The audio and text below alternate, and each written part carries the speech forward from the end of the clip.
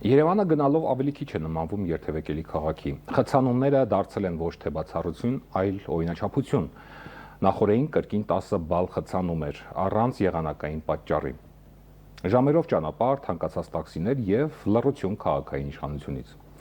Ինչ է կատարվում մայրաքաղաքում եւ ով է պատասխանատու իրավիճակի համար։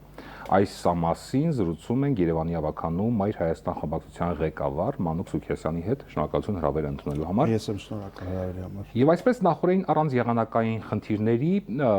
Երևանում 10 բալանոց խցանում էր, մարդիկ մի կետից մյուսը հասնելու համար ժամերով անցկացնում էին ճանապարհներին եւ այդպես էլ դժվարությամբ տեղ էին հասնում։ Քաղաքային իշխանությունը այդպես էլ չարձագանքեց, ինչն էր պատճառը։ Ինչ եք կարծում, ինչն էր պատճառը եւ կարող է սա ի վերջո դարձնել մեր առաջիկա առօրյայի անբաժանելի մասը։ Կարծում եմ, որ ցանումները նոր չի, որ դարձել են մեր առօրյայի անբաժանելի մաս, ուղղակի տարբեր բալայնությամբ, իսկ նախորդի խցանում իրոք խայտառակ իրավիճակ է ստեղծել քաղաքում։ Խցանումները ծնող պատճառները տարբեր են։ Ես միանգամից այսպես կուզեմ անցնել վիճակագրությանը, ուրեմն 25 թվականի բյուջեի կատարողականը քաղաքի, երբ որ նայում ենք, մայրուղիների եւ փողոցների հիմնանորոգում եւ վերակառուցում հոդվածով կատարողականը կազմել է ընդամենը 58.5%։ Այսինքն 40% գործ պակաս է արվել, այսինքն այս իրավիճակը մի օրում չի ստեղծվել։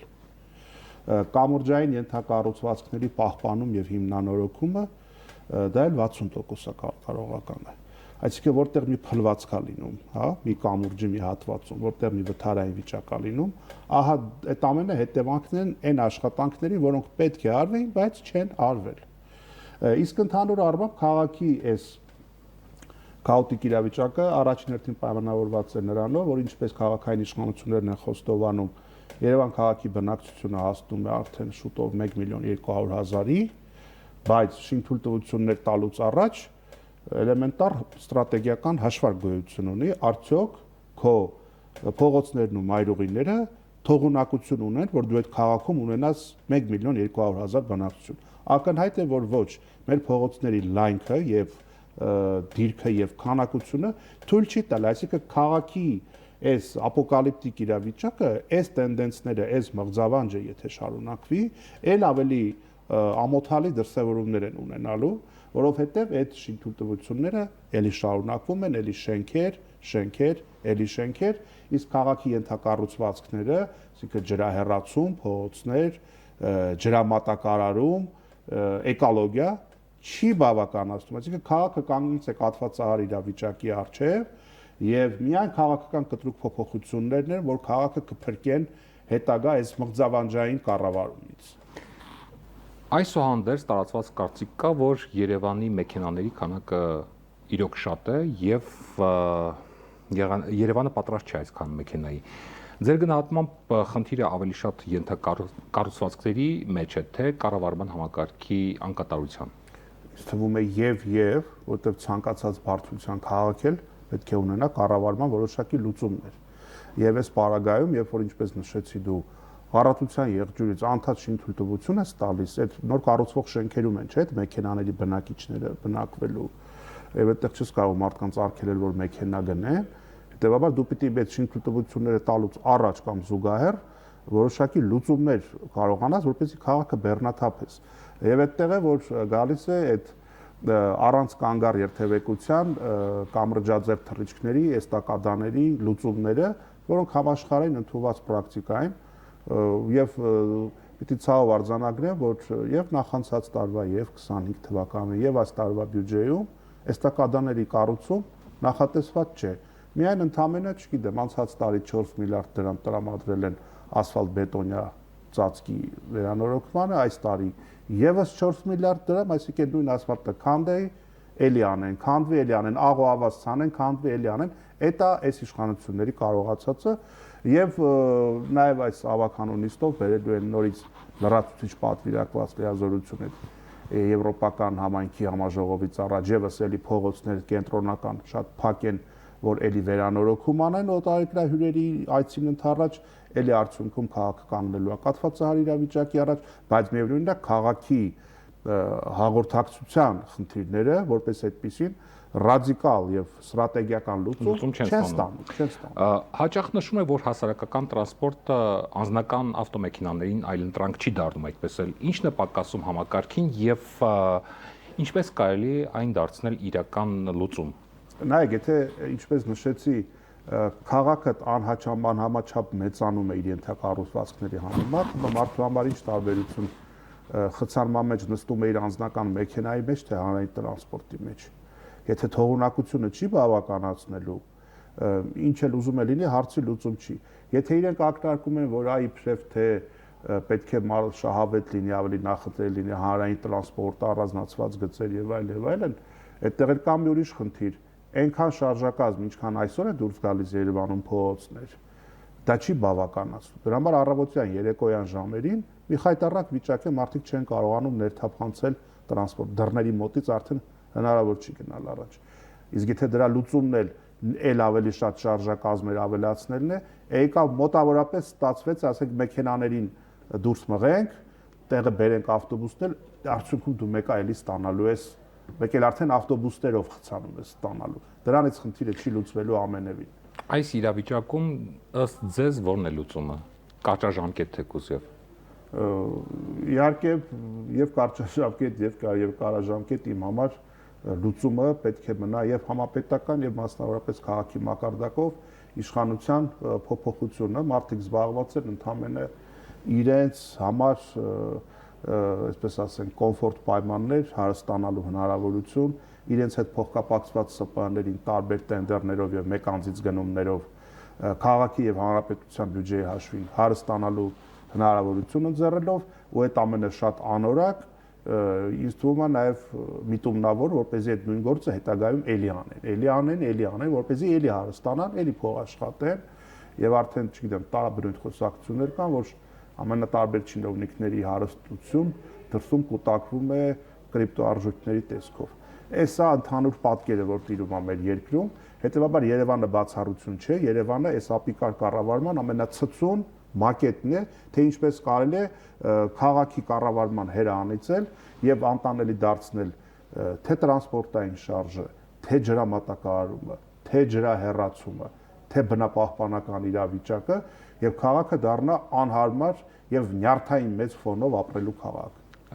Խոսենք տաքսի ծառայությունների սակագների մասին, հատկապես նման օրերին, երբ 10 բալանոց խցանում է եւ նույնիսկ ավելի քիչ բալանոց խցանումների ժամանակ տաքսիները եւ հատկապես մայրաքաղաքի գլխավոր տաքսի ծառայության սակագները միանգամից փոխվում են, թռիչքային թռիչքաձև բարձրանում են եւ սա արդեն օրինաչափ է դարձել։ Պետք է արդյոք որ քաղաքապետարանը, քաղաքային իշխանությունը միջամտի այդ սակագներին, թե սա ազատ շուկայի մրցակցության օրենքների դաշտում է եւ որևէ բան քաղաքային իշխանությունը չի կարող անել։ Ուրեմն տարբեր զարգացած քաղաքներում կա city taxi հասկացությունը եւ նման ապիկար կերպով կառավարող իշխանությունները պետք է նաեւ հետեւողական լինեին, որ նաեւ շուկայական մրցակցության պայմաններում խոշոր խաղացողների ախորժակը զսպելու համար նաեւ լիներ city taxi ծառայություն, որը փոքրի շատ է կնմանվեր մի քիչ հասարակական տրանսպորտին եւ կզսպեր այդ գների, այդ գայլային ախորժակը, որը կա տնտեսվարող խոշոր տաքսի ծառայությունների կողմից, թեպետ նրանց էլ չես մեղադրի, որովհետև ինչքան խցանում, այնքան վառելիքի գերածախս, այնքան ինքնարժեքը բարձրանում է, բայց դա խնդրի մի մասն է։ Ստացվում է վերջնարդյունքում, որ տնտեսվարողը ավելի շատ վառելիք ծախսեց եւ ավելի քիչ միավոր ուղևորափոխադրում կատարեց նույն տաքսին, որովհետև ինքը ասենք եթե դիցուկ մի ժամում կարող էր 2 ուղևորափոխադրում անել, խցամա պատճառով մեկն է անում, իր եկամուտին հարվածում է, չեմ կարծում թե շահույթ են հետապնդում այդ տաքսի ծառայությունները։ Դա իր հերթին վարորդները միգուցե չեն հետապնդում շահույթ, բայց սերվիսները եւ ծառայությունները A-կետից B-կետը հասնելու համար, եթե Երևանում հնարավոր է վճարել 5000 դրամ, ես կարծում եմ դա արդեն Դա իհարկե, դա անոմալիա է, դա ընդունելի չէ։ Ես կարծում եմ նույն տնտեսվարողին ավելի ձեռնտու է, որ առանց խցանումների շատ ուղևորափոխադրումներ անեն, քան թե մեկ կամ երկու անգամ առիթից օգտվելով իբրև թե ինչ որ հավելյալ հասույթ գեներացնեն, դա առանձնապես իրենց համար ոչինչ չի նշանակելու։ Խոշոր հաշվով քաղաքի այս իրավիճակը հանրահարաբարություններ է ստեղծում ուղևորների համար, բնակիչների համար, տնտեսվարողների համար, չգիտեմ, բժշկի գնացող մարդու համար, դպրոցականի համար, մանկապարտեզ գնացողի համար, բոլորի համար։ Հետևաբար սա մարդկանց մոտ նաև նյարդային ֆոնն է։ Հենց փորձեք մոտենալ տրանսպորտի մեջ մտնել կամ տրանսպորտից դուրս եկողների դեմքին նայեք։ Առանց էլ մարդը կարող է աշխատավայրում որոշակի, հա, ինչ-որ նյարդային ֆոն ունենալ, մի բան այն չլինի։ Անձնական հարց ունենա, մի հատ էլ մտնի տրանսպորտ, մի հատ էլ խցանում, մի հատ էլ չգիտեմ դուրս գա փողոց տեստի, ասենք կոյուղաջուրը հոսում է, ժամանակին չեն եկել մաքրել, մի հատ էլ գնատուն տենա, ասենք չգիտեմ ջուրն է անջատվել, էլեկտրականությունն է անջատվել, գազն է անջատվել, մի օրում կարելի է ասենք չգիտեմ, ուղղակի արյան բարձր գերջանշում ունենալ եւ մի բան էլ ասեմ, ասենք կային բակեր անցած տարի Երևանում, որ ասենք մտնում էիր աղբը ժամանակին տարած չի, կոյուղաջուրը հոսում է, էլեկտրականությունը անջատված է ու բոլոր վթարային ծառայությունները հստակ պատասխան չեն տալի, մարդու մոտ տպավորություն է, որ ինքը ուրվականների քաղաքում է գտնվում։ Լավ, մի խնդիր գոնե առաջանցիկ ձեր կերպով լուծեն, էլի։ Լավ, Երևանցին այսօր ապրում է քաղաքում, թե գոյատևում է խցանումների մեջ եւ ով է դրա Երևանը պատասխանատուն։ ապրում է քաղաքում գոյատևելով խցանումների մեջ, իսկ ովքեր են պատասխանատու, իհարկե իշխանություններն են պատասխանատու եւ ահա նաեւ սա է շատ լավ ինդիկատոր, թե առաջիկա ընտրությունների ժամանակ քաղաքացիները ում ինչ գնահատական պետք է տան եւ ում կառավարումից են մինչեւ կոկորտները կուշտ եւ այս առումով պիտի ասեմ, որ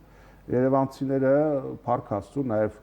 այս վերջին շրջայցերը Նիկոլ Փաշինյանի Երևանյան փողոցներում ցույց են տալիս, որ ի համեմատ մարզերի ել ավելի,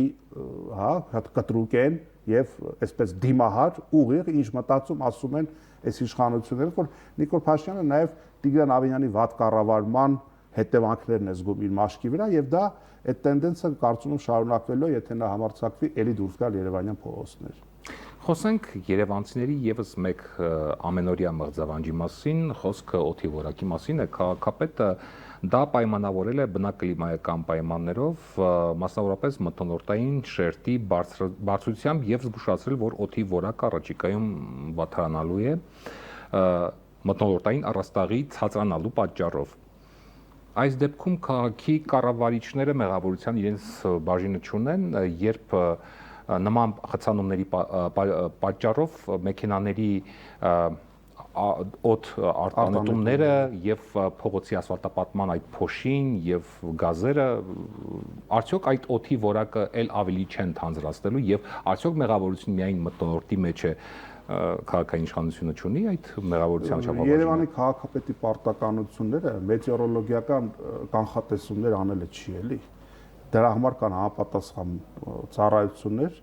որոնք զբաղվում են դրանով։ Երևանի քաղաքապետը իր կողմից մատնացույց արված մթնոլորտային փոփոխությունների վերաբերյալ պիտի ունենա ժամանակացույց եւ այդ ամեն ինչը կանխելու գործիքակազմ։ Բայց մինչեւ բանը կհասնի բնակլիմայականին, որի դեմ